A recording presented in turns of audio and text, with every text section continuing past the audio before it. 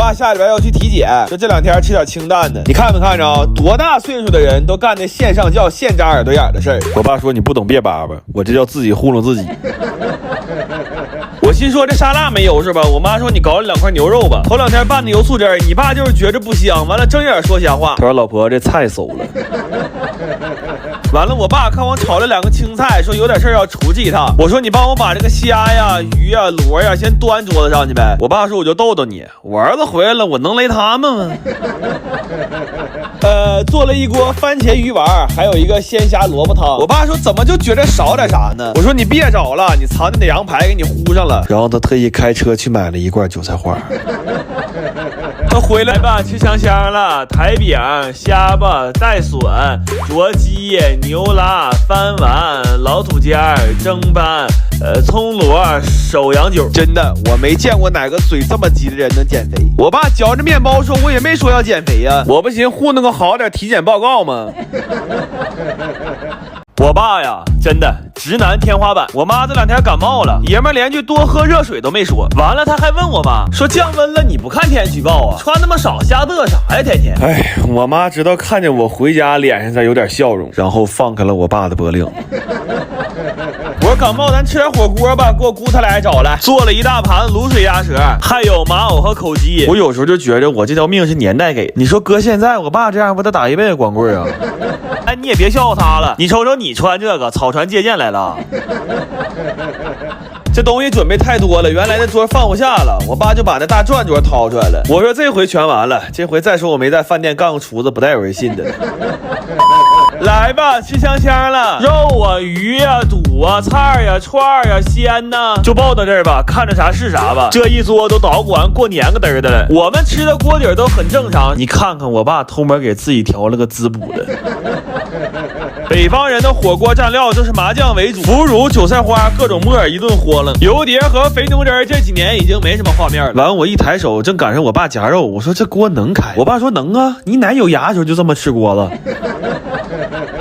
吃完了，我说撤桌，我妈说不的，这桌子以后就这么放着，以后他坐南，我坐北。我以为这是距离产生美，我妈说美什么美，都是爱情的傀儡。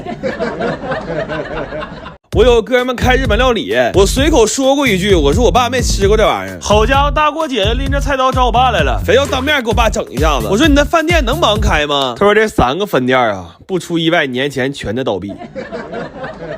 我怀疑他这趟来是投简历来了，但该咋是咋。你看他拿这块三文鱼多好，我其实看不出来好坏，我听他说那价格，我觉得他该好。这鲍鱼的个头可以说非常东北了啊，他这肠子应该都比我们哥俩值钱。我弟说给他前女友搓澡都没搓这么干净过。那哥们说鲍鱼今天吃刺身，我真的我就没长那个好胃。我说你这玩意儿今天不给我烤的哏揪的，你全给我打包带走。这老小子第2不行了，穷讲究挺多呢，调料都自己带的，寿喜烧告诉先煎再涮，味增汤煮完把螃蟹扔了，说纯借味，咖喱牛肉坚决不让盖饭。我心说就这一条，你来年开店还得黄。完，他这个天妇罗没咋明白，我这顿埋汰他呀。他说你咋糟践我都行，千万别露上我脸。我这几个店过年有点困难，但11还想搏一搏。哎呀，就这情况，11能不能开门还不知道呢，搏个嘚儿还搏。来吧，吃香香了。这菜拿家里这盘白确实有点别扭，尤其这土豆沙拉，这一盆也太东北了。大家吃的都挺热情，这串刚转到我面前，又让我姑给转回去了。这烤肥牛我就在相册里看着过，根本没尝着啥味儿。都走了，我收拾厨房。我爸说你等一会儿，我跟你说点事儿。他说你给我煮碗面条吧，这饭味儿还行，但我一点没吃饱。那玩意儿他妈再值钱也不赶这一碗茄卤。这玩意儿你说那整的花里胡哨，你吃不饱，还得这玩意儿。看这玩意儿，对呀。我舅他们要上三亚了，我妈张着大伙来家小聚一道。这老年人效率真高，恨不得上个月就把菜单定了。有这个茄汁酥鲫鱼，还有这个辣椒炒肉拌的小锅饭。我舅点了一个椒年的大席肘子，他说太馋了，2年没吃席了，要是再吃不上，只能年底给我舅妈办一下子2婚了。完了，做了一个葱烧猪排，还包了几个大块牛肉馅的包子。给我姐做了个小炒黄牛肉，特意放了不少香菜。但是她来了之后问我说能不能给拌个凉菜，我说这么多肉你吃凉菜干啥呀？他说你别问了，这个点儿我应该在朋友圈减肥呢。买了点腰子、五花和肥油，做了一份炸3样，感觉就50来岁人愿意吃这玩意儿。今天的前账菜是生蚝给包，还有一份排骨鲍鱼汤。这汤里吧，按说应该有点青橄榄，但是我一个没看住，我就把我那一盘青真甘蓝给我吃了。后来汤里这点甜味儿，我只能放点梨皮。咱最后做了一锅酱羊蝎子，用一下子啊！我跟人出去打点仗当帽子。来吧，吃香香了，喜肘、牛包、窝腰、炒牛、排鱼、酱蟹、烧排、酥鱼、蚝鸡、炸三、锅饭、美酒，咱就这么几个菜，我们先吃上了。我最近要肘子配方的太多了，我发一个家庭版本的文字教程吧。料指定是没毛病，我乃300多个肘子试出来的，但咸淡你们就自己掌握吧。你要这都不能自己动手试一下的话，我就差他妈喂你了，宝子。我那几个舅下礼拜要手拉手上南方包东西了，完了临走上我家吃顿饭，我寻做点他们平常在家不咋吃的，拿前账的酱炖了个大牛排。我姐也来了，我给做了碗胡辣汤。她一进厨房就感慨说：“哎呀，满屋子的烟火气啊！”你等我哥来的时候，憋半天蹦出一个屁来，说：“哎呀，这油烟味有点大呀。”完了，给我姐做了一个4倍快乐的芝士蛋糕，还蒸了一锅奶黄包，这真是实在亲戚的。你瞅这黄让我塞的，然后烤了2个东北版的沙姆牛肉卷。我跟我姐有一次，我俩吃原版的，吃仨没吃饱。我说今天干脆在家烤个大点的吧，吃着过瘾。完做了一锅羊蝎火锅，这一周盖我大舅拿手机补一下过来了，他说先练练拍照水平，等开春回来跟几个老哥们探探店。哎，你说这人踏踏实实一辈子了，临了不学好，你说。完，我二舅愿意吃辣，我这个卤点鸭货，还炒了一个爆辣的鸡胗和一个更爆辣的酱炒鸭。这个世界可能所有孩子都是含着金钥匙、银钥匙或者塑料钥匙出生的，唯独我二舅是个例外。我感觉他出生的时候含了一管辣根。真的，我在这炒辣鸡，我二舅就说不正宗，这顿给我放辣椒啊！我到后来一度恍惚了，我说正宗辣子鸡是不应该放鸡呀？完了，我姐拿2箱今年有机奶，这个奶香纯正，而且原生的乳蛋白含量特别高。她说这个是纯有机的，让我晚上有空给我奶送过去。这家伙我第一听说纯有机的苦喝呀。我姐说你别喝了，我给奶拿的都让你喝了，我这不属于大招砸地下了吗？